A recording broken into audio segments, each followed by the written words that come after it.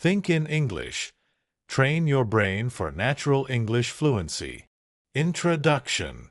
Welcome back to English Fluency Mastery. Today, we are going to learn a powerful technique that can transform the way you speak English. Thinking in English. Many English learners understand grammar, recognize vocabulary, and follow English conversations quite well. Yet, when they have to speak, they suddenly become slow, nervous, or unsure of what to say. One common reason is mental translation. The learner first forms an idea in their native language, searches for the English equivalent, checks the grammar, and then tries to say the sentence. All of this happens in a very short period of time, but it can make speaking feel difficult and unnatural. Fluent speakers generally do not follow this process for ordinary conversations. They connect ideas directly with English words and expressions. The good news is that you can train your brain to do the same. You do not have to become fluent overnight. You simply need to develop small habits that teach your mind to use English more automatically. In this lesson, we will explore 4 practical techniques: creating simple English thoughts, reducing translation, describing your surroundings, and talking to yourself in English. Everything will be explained in simple language, so relax, listen carefully, and begin training your mind today. Chapter 1. Start with small English thoughts. If you want to think in English, do not begin with complicated subjects. Start small. Many learners make the mistake of trying to think about advanced topics, long conversations, or difficult situations in English. When they cannot express their ideas easily, they become frustrated and conclude that thinking in English is too difficult. Instead, begin with short and familiar thoughts. For example, I'm ready to leave. My hands are cold. I need to charge my phone. The bus is coming. I'll eat later. I have work to do. These sentences may look extremely basic, but they are valuable exercises. Your goal is to teach your brain to connect everyday experiences directly with English. Imagine waking up in the morning. Instead of thinking in your native language and then translating, try thinking, "It's time to get up. I have a busy morning. I need to prepare quickly." When you brush your teeth, think, "I need some toothpaste. I'm almost ready." When you eat breakfast, think, "This tastes really good. I'll have some more." These little moments are everywhere. Your daily routine can become your English classroom. Do not worry if your thoughts sound simple. Fluency does not begin with complicated vocabulary. It begins with automatic use of simple language. Another important point is to avoid trying to make every thought perfect. If you constantly stop to check grammar in your mind, you will create another form of hesitation. At this stage, your main goal is not perfection. Your goal is to make English thoughts easier and faster. You can also practice expressing your feelings. For example, I'm feeling peaceful today. I'm worried about the meeting. I'm excited about my plans.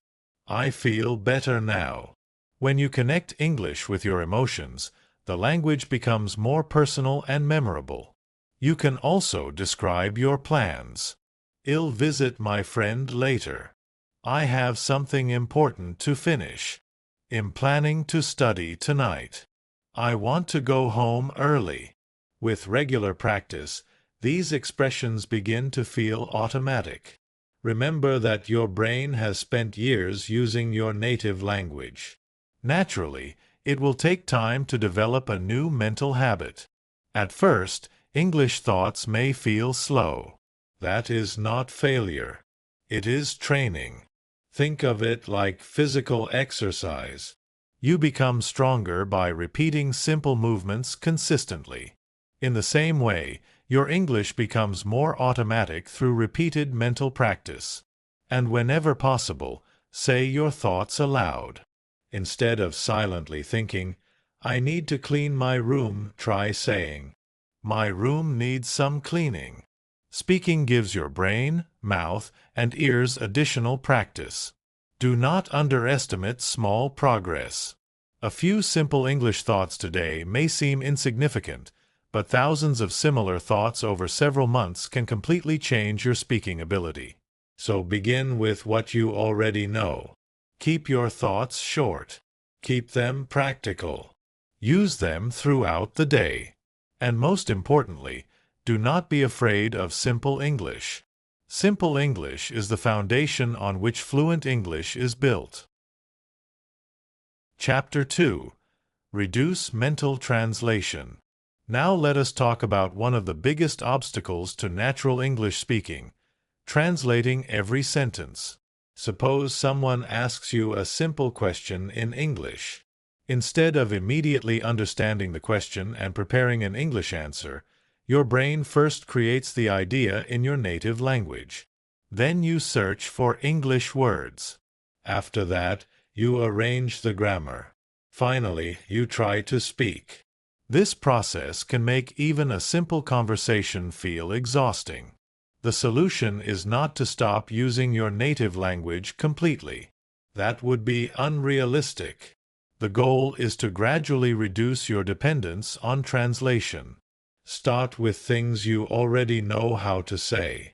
If you are thirsty, think, I could use a drink. If you are tired, I need a short rest. If you are going somewhere, I'm heading downtown. Do not first create the sentence in another language. See the situation, understand the meaning, and connect it directly to English. This skill develops gradually. At the beginning, your native language may appear automatically. That is completely normal. Do not become frustrated when it happens. Simply notice it and try again. For example, when you see a chair, try to connect the object directly with the English word chair. When you see rain, think, we're having rain today. When you see someone running, think, she is moving quickly. You are teaching your brain to connect meaning with English instead of connecting meaning with your native language first. Another useful technique is learning complete expressions rather than individual words. Instead of memorizing only the word hungry, learn expressions such as, my stomach is getting empty. I could eat something now. This gives your brain ready-made language patterns. During real conversations, you will not have to build every sentence from individual words. Familiar expressions can come to your mind much faster. Listening is also important. Listen to English regularly through conversations, stories, podcasts, lessons, or videos. The more English patterns your brain hears, the more familiar they become. Eventually, you begin recognizing common expressions without consciously translating every word. For example, when you frequently hear, take your time, you eventually understand it as a complete expression rather than translating each word separately. This is one reason regular listening and thinking practice work so well together. Another important principle is to stop chasing advanced vocabulary all the time. You do not need impressive words for every conversation. Clear and natural English is more useful than complicated English that takes you several seconds to produce. A simple sentence spoken confidently is often better than a sophisticated sentence filled with hesitation. Give yourself permission to make mistakes. You are training a new habit, not taking an English examination every time you speak. If your sentence is not perfect, keep going. The more you use English, the more opportunities you create to improve. Eventually, you will notice something interesting. You will begin thinking of certain English expressions without consciously searching for them. That is a sign that your brain is becoming more comfortable with English. So, do not demand instant results. Reduce translation little by little. Think directly about familiar situations. Learn useful phrases. Listen to English regularly and keep speaking.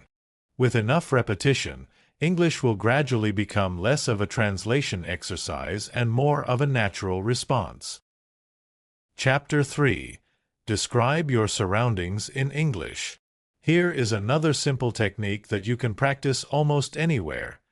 Describe what you see around you. You do not need a teacher. You do not need a speaking partner. You do not even need a textbook. Your environment is enough. Look around your room and describe what you see. The curtains are open. My notebook is beside me. The floor looks clean. There is a cup on the desk. The light is still on. These sentences are simple, but they force your brain to produce English in real time. You can practice this at home, at work, at school, while traveling, or outside. If you are walking down a street, think, people are waiting for transport. The shops are beginning to open. A motorcycle just passed me. The road is getting crowded. I can hear vehicles nearby. If you are in a kitchen, I'm preparing something to eat. The pan is on the stove. I need another spoon. The meal is almost ready. Every object and every action can become an opportunity to practice. You can make the exercise more challenging as your English improves. Instead of saying, "The room is clean," try, "Everything in this room looks neat and organized." Instead of, "The man is walking," try, "The man is walking toward the building." This allows your sentences to grow naturally. You are not forcing yourself to memorize complicated grammar. You are expanding ideas that already exist in your mind. You can describe sounds, colors, weather, people, objects, and movement. You can even describe pictures. Look at a photograph and explain what is happening. The girl is laughing. Two people are sitting together. There are several trees in the background. The clouds are covering part of the sky. This is excellent practice because it trains observation and sentence formation at the same time. As you become more comfortable, add opinions and feelings. This place looks peaceful. I really like this view. The atmosphere feels comfortable. I think this meal looks delicious. Now you are not simply naming objects. You are communicating ideas. This exercise also helps reduce hesitation because you are constantly producing English. You do not have to wait for someone to ask you a question. You create your own speaking opportunities. And remember, you do not need perfect grammar while practicing. Your purpose is to become comfortable producing English. Accuracy will improve as your knowledge and experience grow. What matters most is regular use. If you spend 10 minutes describing your surroundings every day, you will create thousands of opportunities to think and speak in English over time. That is much more useful than waiting for the perfect opportunity to have a long English conversation. Your surroundings are already there. Use them. Turn your room into a classroom. Turn your workplace into a practice environment. Turn your daily journey into a speaking exercise. The more closely English becomes connected to your real life, the more naturally your brain will begin using it. Chapter 4. Talk to yourself in English. The final technique is one of the most effective. Talk to yourself. Many learners believe that speaking practice requires another person. They wait for a teacher, a friend, or a conversation partner. But you can practice speaking even when you are completely alone. Self-talk gives you the freedom to practice without pressure. Nobody is judging you. Nobody is interrupting you. You can pause, restart, make mistakes, and try again. Begin by talking about your day. For example, I woke up earlier than usual. I have several things to accomplish today.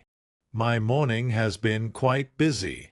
I'm a little tired, but I'm okay. I want to spend some time studying. You can talk about your goals.